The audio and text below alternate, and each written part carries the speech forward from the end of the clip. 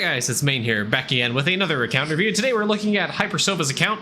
Yeah, that's it. I think Hypersova's in chat.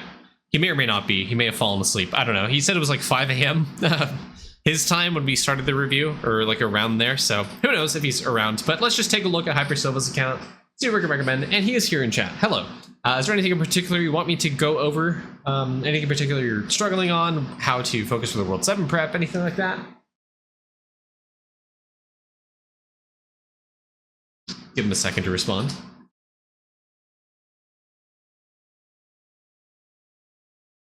Honestly, just locked with decision making. Okay. Just what to... I imagine you're kind of prepping for World 7 to release, so what to focus on now to prep for World 7? Any and all advice would be solid. Perfect. Okay. Well, you know, let's just take a look at Death Note. Starting off, just make sure you're at the end of World 6, which you are. Okay. Immediately I know what you should do. Number one, just remember your daily bosses, your mini bosses exist. Usually when worlds come out, so far the big thing to do has been pushed to the end of it as fast as you possibly can. So getting as much multi-kill per tier is incredibly important. It'll help you in the long run. So the best way for you to farm multi-kill is going to come from killing those mini bosses. You only have 8 Glunko kills, you only have 6 Dr. Defficus kills, only have 19 Baba Yaga kills. So trying to get those into at least 1,000, into like 5,000 to help you get that multi-kill per tier skulls on them. Glunko is like the easiest to do. Dr. Defficus and Baba Yaga, obviously they spawn Dr. Defficus spawns every day on your daily reset. Baba Yaga spawns on a 24-hour cycle.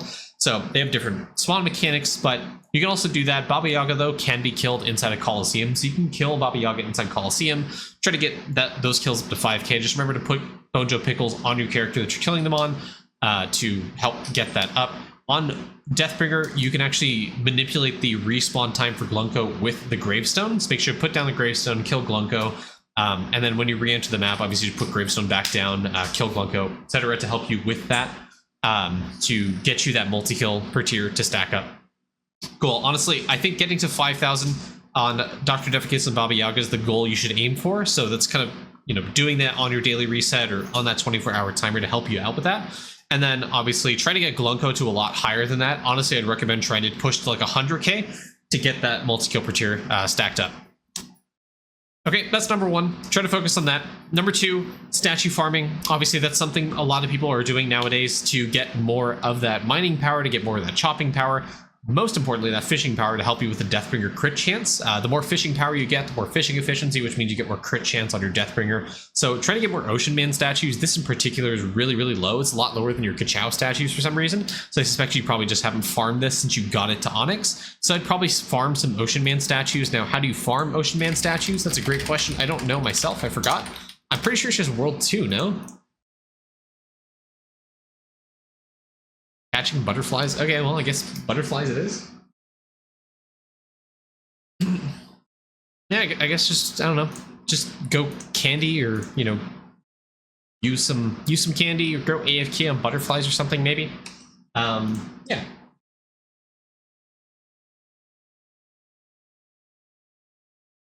I think what else? I mean, you have 9,000 gems. That's a pretty good, healthy stockpile for World 7, but now begs the question, should you be using those gems now as opposed to later? Who knows? Let's find out. Got all the card slots, obviously.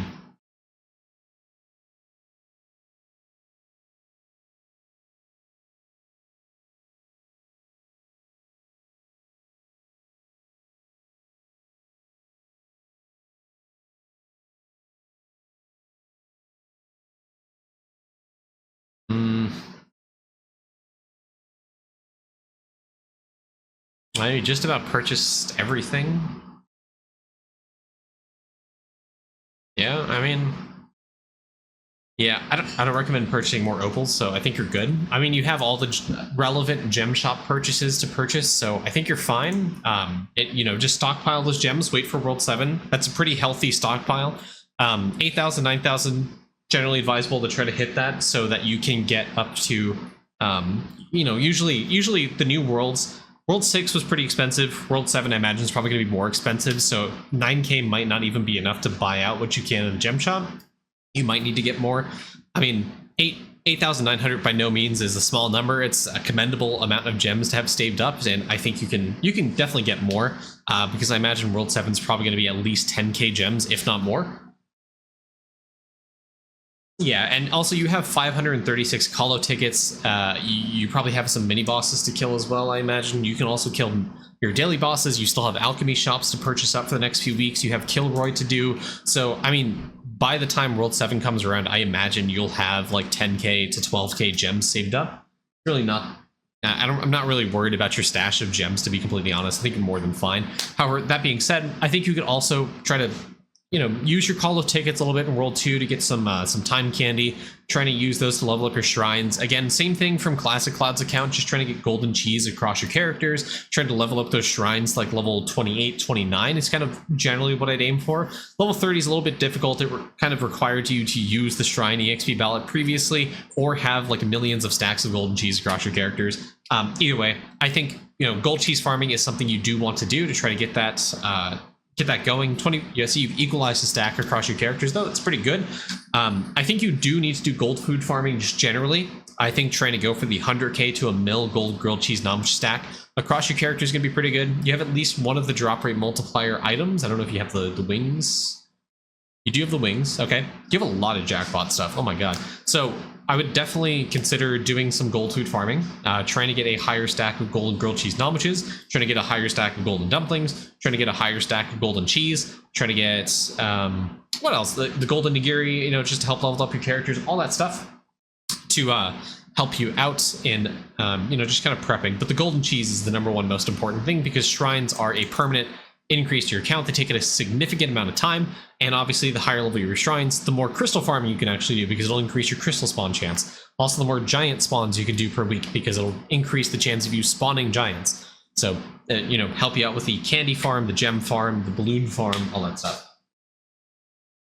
I'm gonna lower the volume on the music for you guys watching stream. Sorry, I can't focus.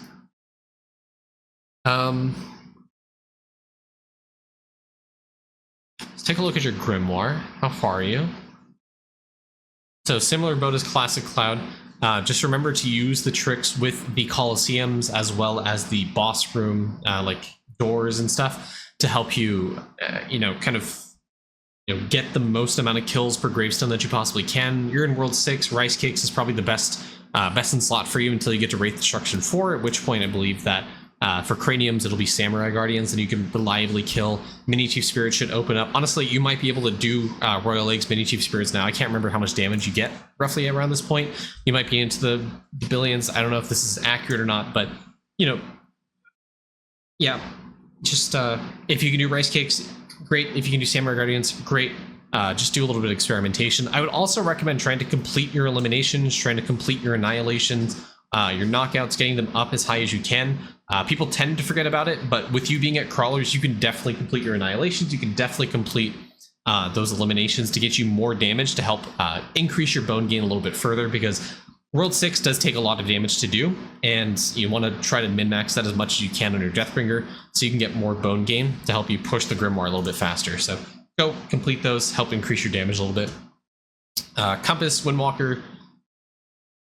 I imagine you're probably World 6. I don't know what your bow's looking like, but similar to Classic Cloud in the previous video, I would highly recommend trying to get to Cool Dust Hoarding if you haven't gotten there already, because it is a huge damage multiplier. This is a huge snowball. It allows you to open up pretty much the rest of World 6 to help you, you know, get more dust out of things, to help you get more of those exalted stamps, to help you get more of the multipliers that the Compass provides you. So, you know, you can do a little bit of dust farming.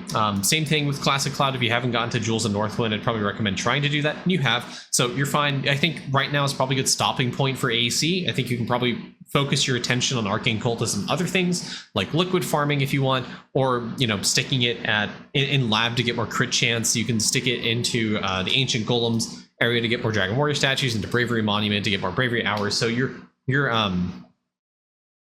Arcane Cultist is kind of flex right now. You don't really need to do Arcane Cultist form or mode right now, because it's going to take a significant amount of time for you to get to Arcanist Damage 4, let alone Eternal Stream, let alone Arcane Accuracy 4, let alone Fractal Tesseract or Astrology Cultism. Those are way out of your reach right now. Yeah.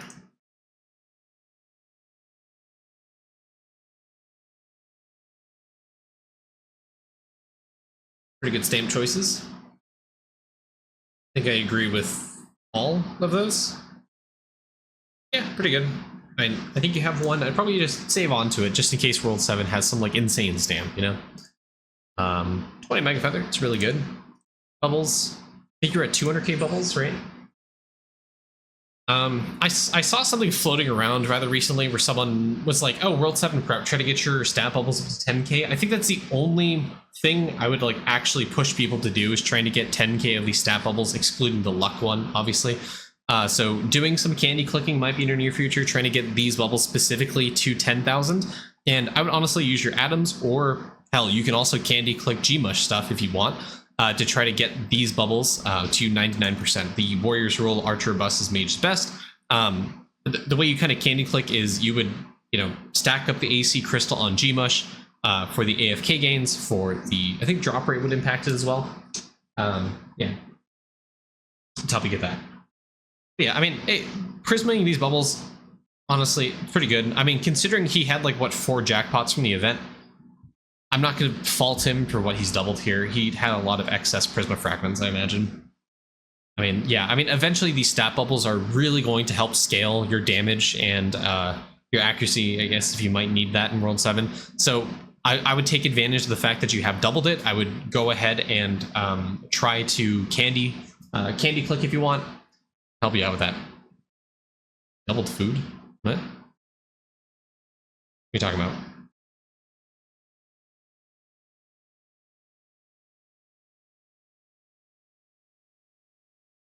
So far, I like all of these prismas.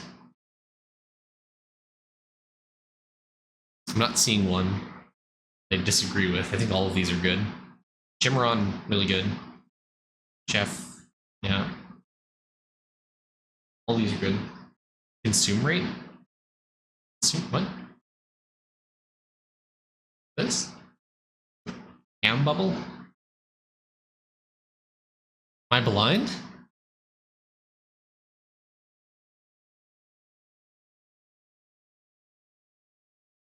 The only consume bubble is bite not chew, and it's a large bubble. I think you're already done. This is Chimeron for gold food effect. Is that what you're thinking of?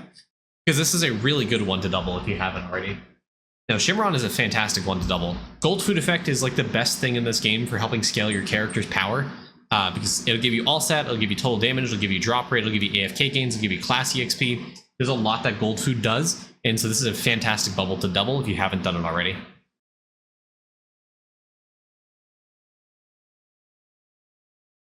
Alden's good. I mean, if you want to take your AC and try to farm this out to like 1500, you can.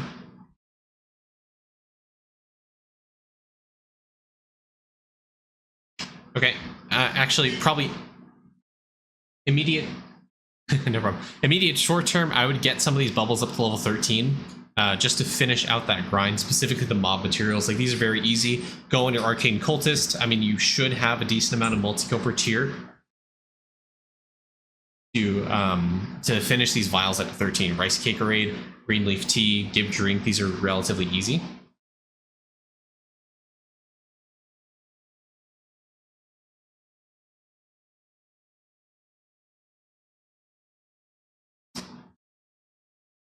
Kilroy.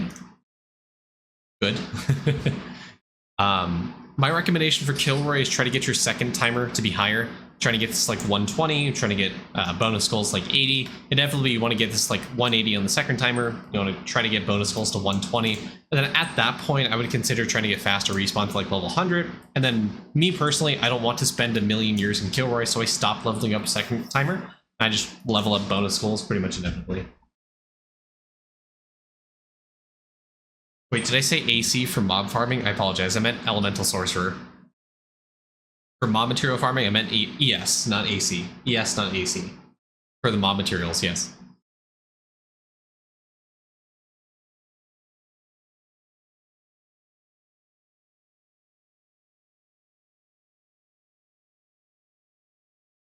Good prints. you print copper ore here. Oh.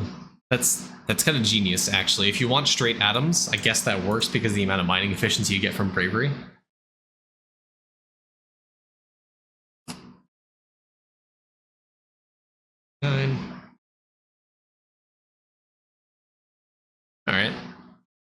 Me personally, all I put my points into are faux jewels at this point, just for the drop rate.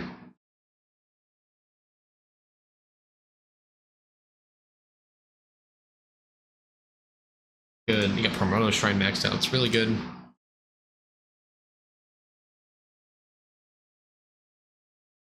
All that done. Cooking. I imagine you completed it because you have Prisman. Yep.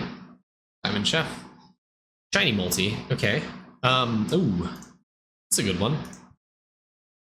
So there are a few pets that are pretty significant that you should consider trying to get to level 20. Obviously the bonus are from all meal. This is a really powerful shiny pet to try to farm out. Infinite star signs, because World 7, maybe not on release, but on a future update will introduce probably more star signs. So trying to get more infinite star signs to prep for World 7, it's not a bad idea. I'd probably recommend doing that. There's also a drop rate one, trying to get this to 20. Trying to get the meal bonus to 20, trying to get the infinite star signs to 20 just because you can. But efficiency for skills, definitely 100% try to get this to 20. It's a really, really good one. The base critters, World 7 might introduce a new trapping pet, trapping critter rather, so trying to get this to level 20 definitely might be helpful. What else? My headcanon conspiracy theory is that World 7 is going to have more artifacts or a new tier of artifacts, so getting more artifact find chance is definitely likely to help, so doing that is pretty good. Obviously the shiny pet level up rate, also a good one. Summoning EXP, this is actually really good. There's limited sources of summoning EXP, and the pets here are a great source of that, so trying to level that up will help you level up summoning in the down the line. Yeah, so you're just active on Windwalker. For those of you who aren't aware of how to shiny pet farm, there is an upgrade when your V-Man enhancement hits level 150, I think it is. Aha, I knew it. It's called a Whale Wallop. It enhances the Whale Wallop thing. It doesn't specifically target Whale Wallop, but whenever you kill a monster on Beastmaster, there's a 50% chance that it'll increase, or rather add 3 seconds to the incubator time, defense yard, and the spice territory. This 3 seconds gets multiplied by your shiny pet multi, and if you're doing breedability, multiplies your breedability multi. So you can actively kill mobs on Windwalker, and you can do this in Tempest form if you choose, if you're progressing Windwalker, for example, to help progress your shiny pets. So the more shiny multi you have, the more those 3 seconds get scaled. So my next thing for you to focus on is try to get more increases to your shiny multi, because 4,500 is decent, but it could be better, especially if you're trying to go onto the 20 pet grind. The best way to do it is going to be through crops, trying to get more crops found. There is an upgrade with the crop depot to help increase the pet rate here. This is most notably the biggest increase. So there's 2 ways to increase this, obviously increasing the amount of crops you find, but also doing some Deathbringer farming. In the Grimoire, there is a multiplier to scientist. Yeah. This one right here will increase the bonuses, which will increase the shiny pet level up rate. So if you want to do active Windwalker, this is a great way to scale it. Costs a lot of bones, obviously, but at this point, there's not much for you to focus bones on. I would recommend trying to get, obviously, to Bovine Hoarding, try to optimize your upgrade path to unlock this, because obviously that'll mean you'll get more bones, the more charred bones that you use, which means you'll be able to cycle that back into upgrading superior crop research to get more of that. The other way you can increase shiny pet level up rate, obviously, is from the hole.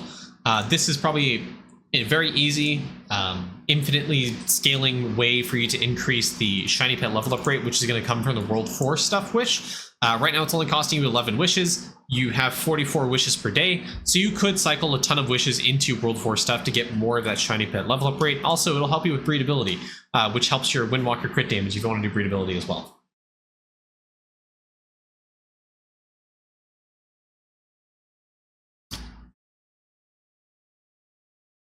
Okay, slab grinding. I didn't touch this on Classic Cloud's account, but this is definitely something you can do.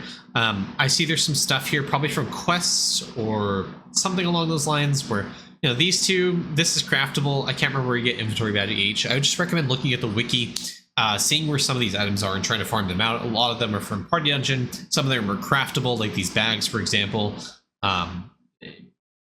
Yeah, a lot of craftable materials that I see here. So complete some of the slab, because, you know, this as a prep element will help you prep for World 7. We don't know, you know, World 6 had some increases with slab scaling.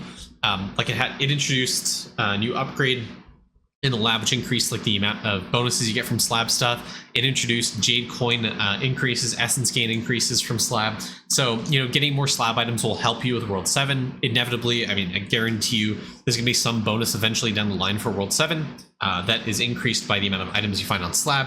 And to that effect, also worship. I really hate worship, so I don't fault you for doing it. And honestly, your waves are much better than mine, but worship is also something you can consider doing. Maybe getting to like the 210 or 220 on Goblin Gorefest isn't too far out of your reach, probably. And you can get, you know, more damage, more sailing speed, more Jade coin farming, EXP essence gain. Probably some World 7 bonuses will come about with worship tower defense too.